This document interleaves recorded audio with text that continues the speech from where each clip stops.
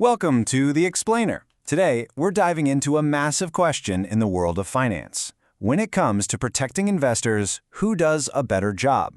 The answer might not be what you think, and it's all thanks to some incredible research that basically turned decades of conventional wisdom on its head. So, let's get into it.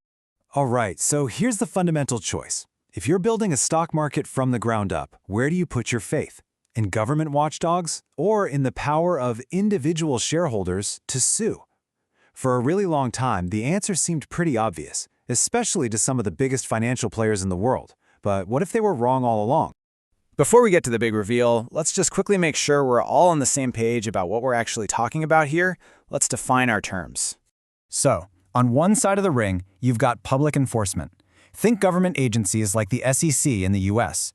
They're the ones doing official investigations, handing out fines, and sometimes even sending people to jail. And on the other side, you have private enforcement.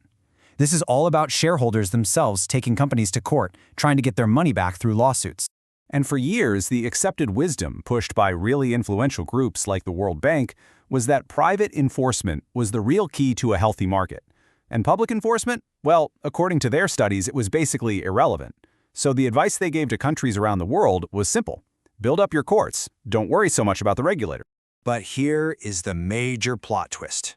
What if that entire conclusion was built on a mistake? What if the very way we were measuring the power of these regulators was just wrong? You see, all those earlier studies looked at a regulator's strength based on its formal powers. You know, what was written down in the law books? Does the law say the agency is independent? Does it say it can hand out big fines? It was all about what a regulator could do on paper. And this slide just nails the problem perfectly. Having the power to do something written in a rulebook means absolutely nothing if you don't have the resources to actually do it. It's the classic difference between the law on the books and the law in action.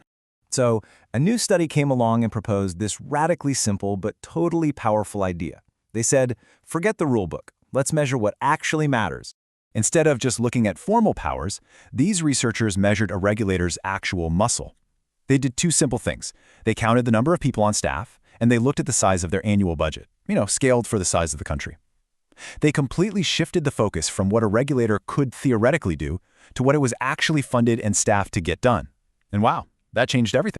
So with this new, better way of measuring things, they decided to stage a rematch. They ran what's called a statistical horse race, putting their new resource-based measure of public enforcement up against the old measures of private enforcement. The goal? To see which one was a better predictor of a healthy, successful stock market. And the results were just a total game changer. I mean, look at this. That first bar shows that public enforcement, when you measure it by actual resources, is a powerful predictor of strong markets. Just as important, as you can see in that second bar, as having good disclosure rules. And then look at the third bar. Our new measure completely blows private lawsuits out of the water. Turns out they were a surprisingly weak predictor. Okay, so this isn't just some academic debate. This discovery has huge real-world implications.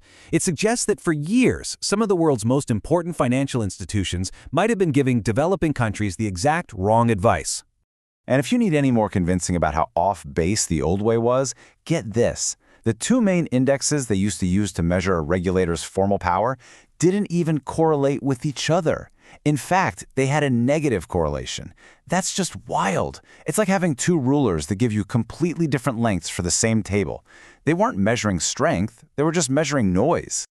So, the bottom line is this.